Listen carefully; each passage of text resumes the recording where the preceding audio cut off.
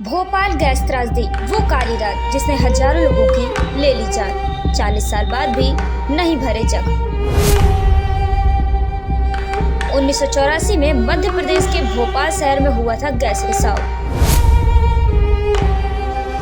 भोपाल में हुई गैस त्रासदी ने 5,474 लोगों की ली जान। कारखाने से मिथाइल आइसोसाइनेट गैस का हुआ रिसाव। भोपाल गैस त्रासदी की रात को याद करते हुए आज भी न्याय के लिए अपनी लड़ाई लड़ने वाले संगठन और लोगों के हौसले बुलंद हैं। आपको बता दें कि union carbide India limited company के कारखाने में जानलेवा मिथाइल आइसोसाइनेट गैस का रिसाव हुआ, जिससे हजारों लोगों की मौत हुई और लाखों प्रभावित हुए। यह हादसा मानवीय इतिहास की सबसे दर्दनाक और औद्योगिक त्रासदियों में से एक बन गया। 2-3 दिसंबर 1984 को वो काली रात जब मध्य प्रदेश के भोपाल में एक बेहद दर्दनाक हादसा हुआ। इस रात ने भोपाल के हजारों लोगों की जिंदगी में अंधकार भर दिया। यह दिन मानव इतिहास की सबसे दर्दनाक औद्योगिक त्रासदियों में से एक बन गया। हवा मंजर था कि रोड पे लाशें पड़ी हुई थी, मवेशी पड़े हुए थे। आप सोचिए क्या स्थिति होगी। Union carbide India limited UCIL के कारखाने से निकलने वाली जहरीली गैस ने पूरे शहर को मौत और तबाही की चपेट में ले लिया।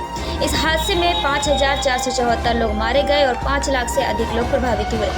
आज इस हादसे को 40 साल पूरे हो गए हैं, लेकिन भोपाल समेत पूरा देश आज भी इस काली रात को नहीं भूल पाया है और संगठन आज तक अपनी लड़ाई लड़ रहे हैं। ये भोपाल गैस कांड की 40वीं बरसी है और हम इन 40 साल में देखते हैं, चाहे वो राज्य की सरकार हो, केंद्र की सरकार हो, अमेरिका की सरकार हो या वो तमाम UN की एजेंसीज हो, सब ने गैस पीड़ितों के प्रति अनदेखी करी है।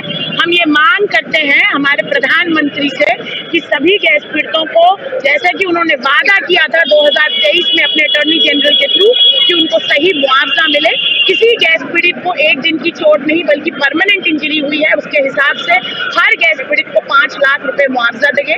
हम आम करते हैं हमारे प्रधानमंत्री से, जो ये बात करते हैं कि सबके अच्छे दिन आएंगे, कि जो यूनियन कार्बाइड के आसपास 3.5 किलोमीटर की दूरी पर भूजल प्रदूषित हुआ है यूनियन कार्बाइड और डाव के जहरीले कचरे से, उसकी वो तुरंत सफाई कराएं। और जो उनको छूट दी जा रही है पिछले कई सालों से कि वो यहाँ पर पूंजी निवेश कर सकते हैं पर अपनी जिम्मेदारी नहीं निभाएंगे, इससे तो ये साफ दिखता है कि हमारी सरकार गैस पीड़ितों के साथ नहीं बल्कि बहुराष्ट्रीय कंपनी यूनियन कार्बाइड और डाव केमिकल के साथ है। इसीलिए ये 40वीं बरसी पर हम आशा करते हैं कि प्रधानमंत्री जी एक स्पेशल मेडिकल कमीशन बनाएंगे जो ये बताएगा कि आज भी लोगों को तकलीफें हैं और उसका सही इलाज नहीं हो रहा है। आज 40 साल बाद हम ये देखते हैं कि चाहे कोई भी सरकार हो, कंपनियों के आगे नतमस्तक है और पीड़ितों की अनदेखी और लापरवाही जारी है। कैसे हुआ गैस का रिसाव? यूनियन कार्बाइड का यह कारखाना कीटनाशकों के उत्पादन के लिए मिथाइल आइसोसाइनेट MIC नामक रसायन का इस्तेमाल करता था। सुरक्षा मानकों की अनदेखी और रखरखाव में लापरवाही के चलते टैंक से बड़ी मात्रा में MIC गैस का रिसाव हो गया। यह जहरीली गैस हवा के माध्यम से पास के घनी आबादी वाले इलाकों में फैल गई। यह गैस अत्यधिक जहरीली थी और इसके संपर्क में आते ही लोगों को सांस लेने में दिक्कत, जलन, अंधापन और फेफड़ों की समस्या होने लगी। इससे लोग बिना किसी चेतावनी के इसका शिकार हो गए। आदमियों से भरे पड़े थे, वहां पर जाने का जगह ही नहीं था। फुल ऑफ आदमी, कोई उल्टी कर रहा है, कोई खांस रहा है, कोई कुछ भी कर रहा है। कुछ आदमी उनकी तीमारदारी कर रहे हैं। और कैंसर पेशेंट हूँ और मुझे ट्रीटमेंट बराबर हॉस्पिटल से मिलता नहीं है। मुझे बहुत परेशान किया जाता है, मेरा एस्टिमेट नहीं बनता, मैं बहुत ज़्यादा परेशान होती हूँ। मुझे मेरी जांचें नहीं हो पाती, मुझे मेडिसिन वगैरह नहीं मिलती। रचना मैम से बहुत मुझे सपोर्ट मिलता है, उनकी वजह से मेरा ट्रीटमेंट हो जाता है। वो मुझे बहुत सपोर्ट करती है। कोई भी परेशानी होती है तो तुरंत मेरा फ़ोन उठाती है और तुरंत मेरे लिए आगे बढ़ती है, मुझे सपोर्ट करती है। काफ़ी टाइम से ये बीमारी से मैं जूझ रही हूँ और मेरे घर में सभी लोग हैं, कुछ ना कुछ बीमारियों में हैं। मेरे चाचू हैं, उनकी डेथ हो गई है कैंसर में, मेरी दादी की हो गई TB में। बहुत लोग हम परेशान हैं और हमें हमारे हक का मुआवजा मिलना चाहिए। लोग लोग समझ ही नहीं पाए कि आखिर क्या हुआ। कारखाने में काम करने वाले पूर्व वैज्ञानिक ने बताया कि 3 दिसंबर 1984 को आम लोगों के लिए दिन की शुरुआत सामान्य हुई थी। शहरवासियों को गैस रिसाव त्रासदी के बारे में पता ही नहीं था।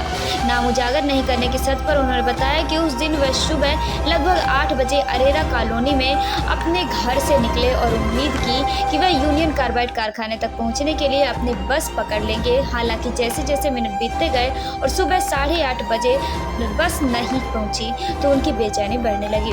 पूरे शहर में आग की फैल रही थी अफवाहें। उन्होंने कहा कि उस वक्त इंटरनेट, मोबाइल फोन या सोशल मीडिया की कमी होने की वजह से लोग अपने शहर और देश में होने वाली घटनाओं के बारे में जानकारी के लिए landline phone, Telegram, radio, bulletin, समाचार पत्र, पान और चाय की दुकानों पर निर्भर रहते थे। वैज्ञानिक ने न्यूज एजेंसी भाषा को बताया, जब हम बस का इंतजार कर रहे थे तो एक राहगीर ने हमें घबराहट में बताया कि गैस लीक हो गई है, जिससे कई लोगों की मौत हो गई है। मैंने पान की दुकान पर गैस त्रासदी के बारे में सुना। अफवाहें जंगल में आग की तरह फैल रही थी और हमें कुछ समझ नहीं आ रहा था।